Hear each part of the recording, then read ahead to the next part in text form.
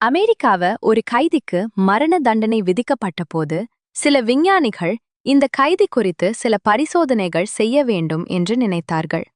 கைதிக்கு தூக்கிலிடப்படுவதற்கு பதிலாக விஷநாகத்தை தாக்கி கொல்லப்படுவார் என்று கூறப்பட்டது. ஒரு பெரிய விஷப்பாம்பு அவருக்கு முன்னால் கொண்டு வரப்பட்டது. அவர்கள் கைதியின் கண்களை மூடி நாற்காலியில் கட்டினர். அவரை ஒரு பாம்பும் கடிக்கவில்லை, ஆனால் 2 சிறிய ஊக்குகளால் குத்தப்பட்டார். கைதி 2 நொடிகளில் இறந்தார். கைதியின் உடலில் பாம்பு விஷத்தை ஒத்த விஷம் இருப்பதாக பிரேத பரிசோதனை மூலம் தெரியவந்தது. இப்போது இந்த விஷம் எங்கிருந்து வந்தது அல்லது கைதியின் மரணத்திற்கு என்ன காரணம்? அந்த விஷம் மன அதிர்ச்சியால் அவரது சொந்த உடலால் தயாரிக்கப்பட்டது.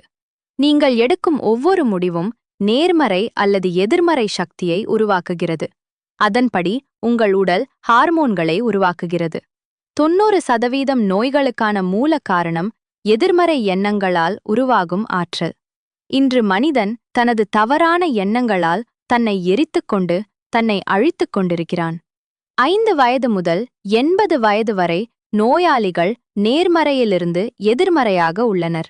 நினைவில் கொள்ளுங்கள், நேர்மறை எண்ணத்தோடு இருங்கள்.